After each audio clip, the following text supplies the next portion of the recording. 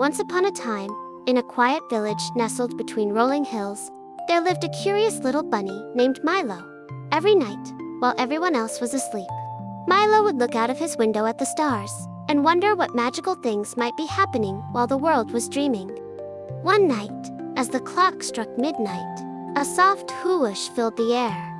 Milo's ears perked up. He peeked outside and couldn't believe his eyes. A glowing silver train was floating just above the ground, shimmering like stardust.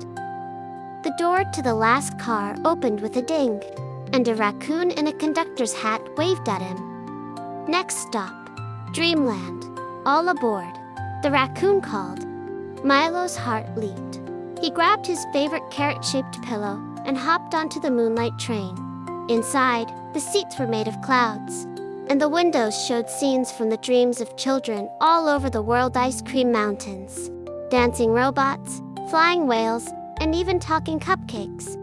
Milo made friends with a shy dragon named Nibbles, who only liked strawberry marshmallows, and a giggly owl named Lulu, who told jokes backwards.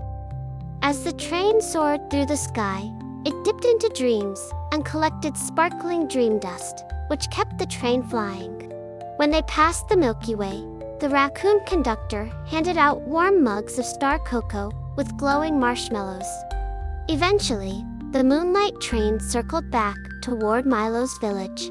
As the sun peeked over the hills, the train gently landed by his window. "Same time tomorrow?" asked the raccoon with a wink. Milo nodded sleepily, climbed into bed, and drifted off with a big smile. From then on, every night became an adventure.